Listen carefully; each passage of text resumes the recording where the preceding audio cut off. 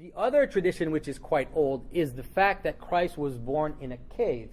Now that in Scripture, it doesn't say that. The only thing it says in Scripture is that Christ was laid in a manger, which means that Christ was laid in a food trough for animals. That's what a manger is. Sometimes we forget. A manger is basically a food trough for animals.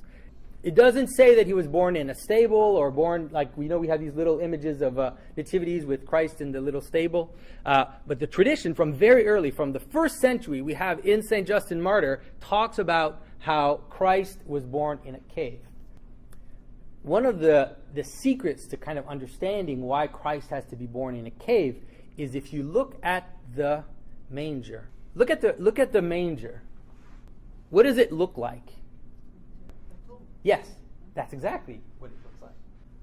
And so the manger is already a tomb. And so this descent into the cave, this image of Christ being born in a cave, is already showing us what the whole story is about. What the whole story is about, which is it is already this descent into death.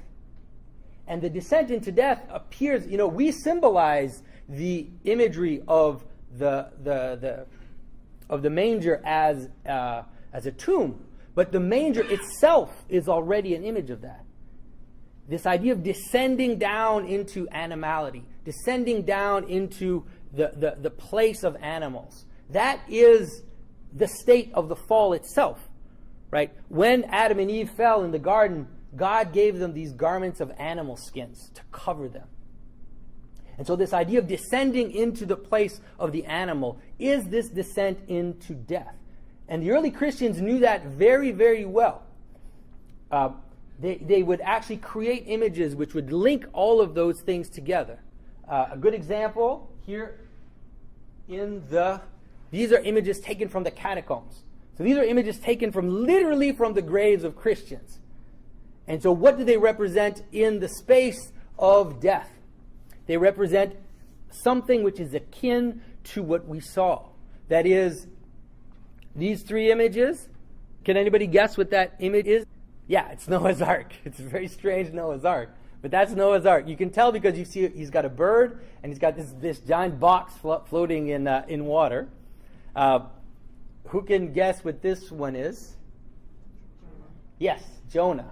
And then this one, you can read, his name is written, so it's not that hard. So there's Daniel in the lion's den. So there are three images from the Old Testament which help us see what it is that's going on.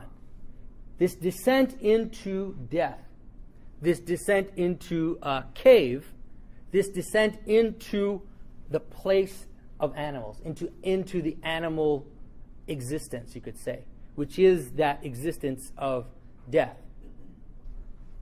There are other images of Christ, other icons of Christ, which happen underground, you would say. And we've got two of them. One is this one. Everybody know what this is? Right, the baptism of Christ. And the other, I'll show it later. The other is the anastasis, which is Christ descending into death. Those two images happen underground. And those two images are also images of Christ descending into death. So you have this repeated pattern from the nativity of Christ descending into death, and then the baptism of Christ and the anastasis. Here in this version of the anastasis of the baptism, he's actually standing on the doors of death, just like in the icon of the resurrection. So in the icon of the resurrection, you see Christ standing on the doors of death.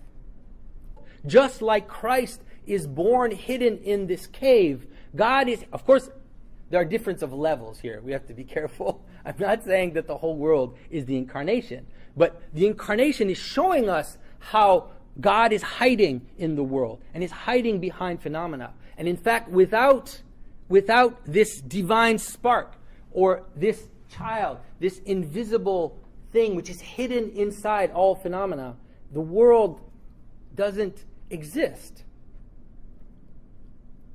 And I'm saying this very technically. I'm not saying it in a way that is just, I'm not just spouting this off. The world is actually, the world is made of too much stuff. Everything in the world scatters into details. Why is it that this microphone, how is it that you say that it's a microphone? Why don't you see all its parts without seeing that it's one thing? There's something about the world, the way the world works, which makes the world come together into unity. And that's for anything, any object, anything in the world. Everything has multiple parts. An infinite amount of parts. Why? How is it that we can say that some things exist? And you hear like people kind of talking, the people say that, like, it's all just a quantum flux, right? It's all just flux. Nothing is actually real. Like if you take the microphone, you could say, this is a wire, and it's a mesh of steel, and it's black paint, and it's white paint, and I could keep going and keep going and keep going. I could describe the microphone forever without ever saying that it's a microphone. How is it that I can see that it is something? And it's a mystery. We can't totally know exactly how it works, but what we do know is that is the ontology that we are living in. That is the worldview that the Orthodox Christian lives in.